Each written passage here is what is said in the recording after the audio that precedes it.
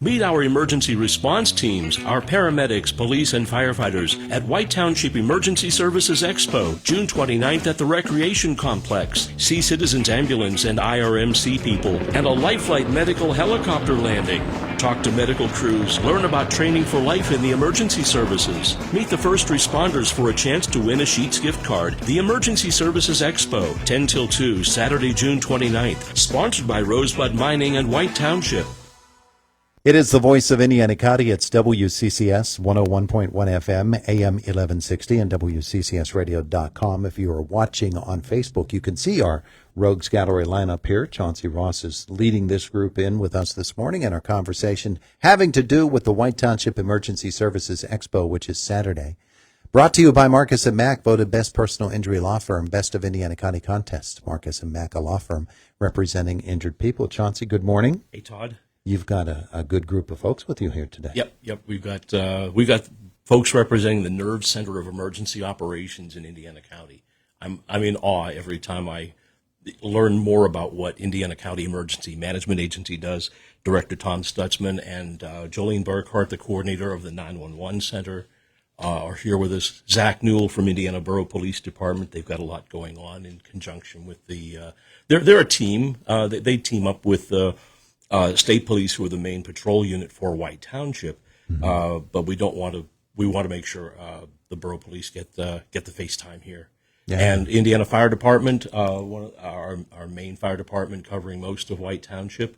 We have Creekside Fire Department is also one of the anchor groups of our event. Creekside is first response for the northwest corner of the township, and people say, oh, well, that's just, a little tiny part of the township. Well, if you live in that one tiny part of the township, they are your 100% response. So Creekside is integral to taking part as an anchor of the Emergency Services Expo, along with all of the other partner agencies that we've talked with over the course of the month. I'm just glad that you still have your radio voice diction available, because when you said it at first, I thought he's going to say nerd department, but no, you said nerve department. The nerve center. The nerve center, yes. Yes. Okay. So we get to talk with all of these folks this morning. Yes, let's have it. All right. Come on up one by one. Let's start with our Emergency Management Agency folks, and Tom Stutzman, who's been doing this job for 140 years. Seems like it, yes. It's close. It's been a long time, hasn't it, Tom? Yes, it has. And the evolution of emergency services in Indiana County is amazing. It is. And in that 140 years that I've been there, it has changed dramatically. Yeah. From where we came from several years ago to where we're at today with the technology and the upgrades, the call processing stuff that we have installed for the 911 center, being able to get information at the time the call arrives, that is just tremendous. And being able to have that access in a rural county is truly fantastic. I want to talk to you in a moment or so about other things with Indiana County Emergency Management, but let's bring Jolene into this conversation, because she is the coordinator of Indiana County's 911 Center, and you folks, gosh, you have so much to do, and so much rides on what happens out of that 911 center. You're the first call. Yeah, absolutely. Yeah. They're the first of the first responders. Come on up a little closer to the Okay. microphone and get out your big voice like you're yelling at your kids. Because we want to, you've got such an important group there at 911. There's no day off. There's no minute off there, is there? No, absolutely. We're there, 24 hours a day, 7 days a week, holidays, weekends, and they have to be ready to answer the call. So there's a lot of times that they do have a lot of downtime, but then it can all change in just, seconds. Yeah. And one of the interesting things to me about it is the training that goes into it, because that training has to have them prepared from the very first time they go solo. Yeah, absolutely. A lot of the training is, it's very specialized, obviously, to what we do. And Pennsylvania is one of the states that actually has minimum requirements. I was stunned to learn that it's not that way across the country. It's not always that way. Yeah. So some people can just walk in, sit down, and start answering calls, but not in Pennsylvania. Yeah. So we have training. And that's a really good thing. Mm-hmm, absolutely. Yeah, when you think of everything that you are called upon to do, and the fact that you are called upon to do it 24 hours a day, 7 days a week, Every single minute you have to be available, and the knowledge and the progression that you must make with every emergency calls amazes me.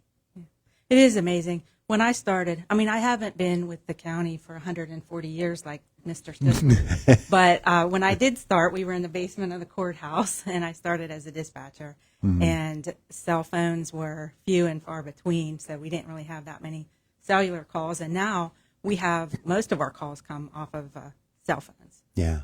Yeah, I imagine when they would flash up and you'd see 459, you'd say, okay, there's Blairsville. You'd see 479, you'd say, okay, right, here's Homer City. Yes.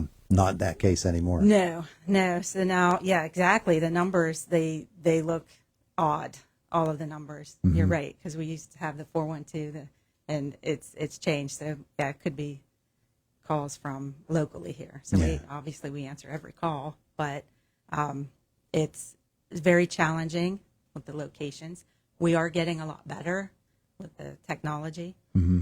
So the important thing, though, for the callers to know is just try to be aware of your surroundings and just answer the questions that the dispatchers have, because we are trained to answer or to ask questions in a way to get the right information from the callers. So sometimes callers think they need to tell the dispatcher their story, but it really works best if they just let the dispatcher ask the question and then answer the best that they can. Yeah, that's a great point, because the caller on the other end of the line might be the one that is you on your end can't afford to be the one who panics. They might be a little panicky because they're in the midst of an emergency situation. You're the pros at this, and that's the way it should work. Tom, it's amazing to me that 911 Center works the way that they do. And with all of the changes, you said yourself, with all of the technological changes that come seemingly every day, you have to keep up. Yes, and for us to keep the equipment and all of the technology up to date, that's typically something that's difficult for a government agency, because technology moves a lot faster than we have the finances available to do it. But again, in Pennsylvania, fortunately, working with the Pennsylvania Emergency Management Agency, the funding exists to allow the county to keep pace with the technology changes. So as we're seeing those things happen, we're able to implement those upgrades as it happens. Years ago, when cell phones first became prevalent, the issue that we had was the technology in a cell phone gave us the ability to find the location of a caller. We didn't have the technology on our end to see it. Yeah.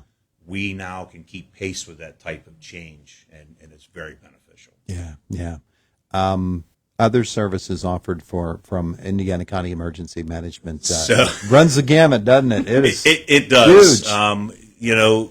We have been tasked with the disaster recovery, response, and mitigation, and assisting our municipalities throughout the county. Last evening we had a series of storms go through with damages and outages.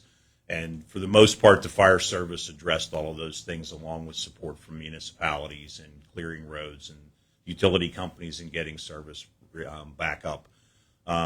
That's one of those areas that we really work closely with the municipalities on, is looking at damage assessment and making sure that we can recover from those events. But on the day-to-day stuff, the county provides, through emergency management, our hazmat response countywide. So we're supporting the local fire departments and EMS with providing hazmat response with a state certified team. We're also assisting with some technical rescue capabilities. And it's mostly those events that are few and far between and require a higher level of technology and equipment.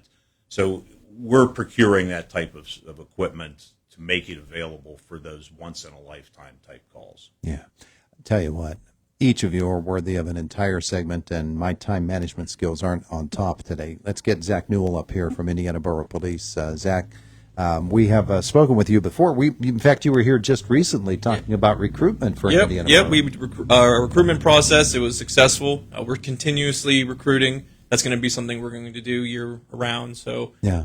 But it was great. You guys helped us a lot with that. Working with emergency management and the various things that they do, the relationship has to be really solid, and the trust aspect of it has to be solid all as well, doesn't it? It does. They're kind of like our big brother. We really wouldn't have any eyes or ears without them. So it's a great relationship we have with them. Communication's always been perfect. They know where exactly we need to go, when we need to go. So it's for us to do what we need to do. We need them. Yeah, John Steiger, you come on up here too as well, Indiana Fire Association, and folks on Facebook can see he's also got the Chief Deputy Coroner shirt on, and that's an important aspect of the emergency management picture here in Indiana County as well. But Zach, when you work with Indiana County Emergency Management, you also work with Indiana Fire Association, and there's not a call they go on that you don't go on as well. Correct. Yep. It's kind of a well-oiled machine. I think every department we work with, we will see either IFA, we'll see Citizens Ambulance when we go to medical calls. We see the state police. We see almost every different department that's here in Indiana County, and it's great because everyone knows everyone, and they're able to help and give the resources that department can better give. Yeah, and John, of course, Indiana Fire Association, you rely on borough police, state police, whoever it is that's an assisting agency with you. They have their roles, and you know what that role is, so you don't, as a fire association, you don't have to worry about those aspects of it. Yeah, 100%. I mean, especially keeping a scene safe. You know, they're normally going to be there first. You know, they're out on the road. They're going to beat us there. So they're going to make sure the scene's safe for us to come in and do what we need to do to mitigate an issue. You know, helping with traffic control. That saves a lot of our manpower. You know, manpower is an issue with all fire departments. Having these guys there to help with traffic control and stuff like that, you know, it's huge. You know, if it is something of significance, they are trained too with a lot of first aid CPR stuff too. So. Mm-hmm. Big shiny fire trucks are great. Wonderful equipment that you could use at the scene of an emergency. That's wonderful as well. But it really comes down to people, doesn't it? Exactly. Yeah, that's the most valuable thing we have is our people. You know, we're very proud of the training that we that our members go through, the hours they put in. But you know, we can have the best station in the world, but if we don't have anybody showing up, it doesn't matter. Yeah. And you use the word training. That's so important. That's a great part of what any fire association has to do. There's probably tons more training that goes into actual emergency responses. Yeah, we were talking a little bit out in the hallway. Yeah, it's, you know, just to be an interior firefighter, you have 176 hours. I mean, that's just to be certified interior. And then you have on top of that the hazmats and the National Incident Management System. We got to learn how to use the radio systems. Then you get into rescues, and so that, you know, if you want to be an EMT, another couple hundred more hours. All the rescue classes we have to take, and then it just keeps growing from there. Yeah. And then, of course, new technologies. We're talking about new technologies. You know, how do we fight lithium battery fires? You know, the new fires are burning faster and hotter than they used to, so we got to change kind of the way we do things and keep up on that stuff too. Yeah, technology is amazing. I just saw the segment yesterday about the fire suppression blankets that are coming into vogue now as well. Chauncey, all of these folks and many others will be a part of the Emergency Services Expo this weekend, and we're going to see a lot.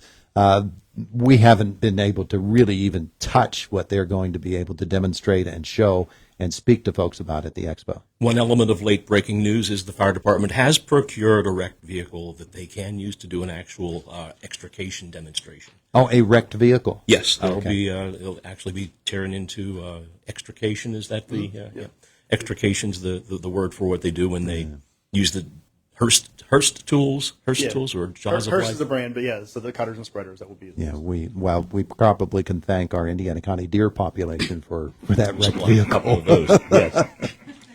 Yes, but this all will be going on Saturday. The sun will come up Saturday. There might be a cloud in front of it once in a while, but we're not going to let that bother us. These guys respond in cold and hot and snow. They respond in all kinds of weather, so we're going to endure what weather there might be on Saturday. We will be doing this 10 till 2. Mm-hmm. We have, don't forget the Meet the Heroes game. Meet the Heroes game card. It's part of the program that you'll pick up when you arrive at the expo. The Meet the Heroes game card is inside this, along with the schedule of the events that take part. So here's the game card. Chauncey is showing that to Facebook. You visit all the participating agencies, get them to mark their box on the card. When you turn this in, we'll have a drawing at the end of the day, and see who gets to win some Sheets gift cards worth $50 each. Sheets is one of our contributors, as are Renda Media and the Indiana Gazette with their generous promotional campaigns. And Rosebud Mining is the major sponsor that's making this all possible. So you can download this from the White Township website, whitetownship.org. You can go and get this downloaded today if you want to get an advanced look at it. Mm-hmm. On the day of the event, watch for video reports from the event on the White Township Facebook page. Beautiful, beautiful. Nicely done. And you are probably the first guest ever to walk away from the microphone to the Facebook camera. Savvy.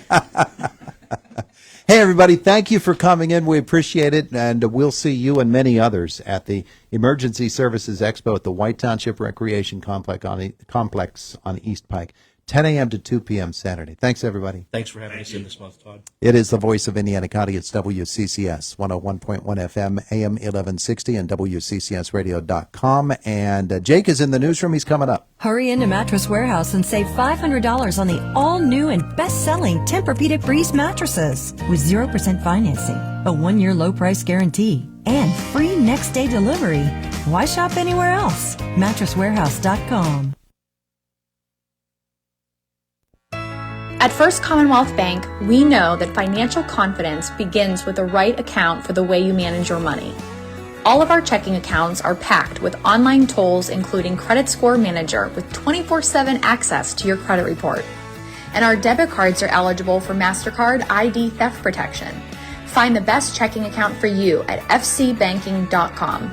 First Commonwealth Bank. Time to be first. Member FDIC.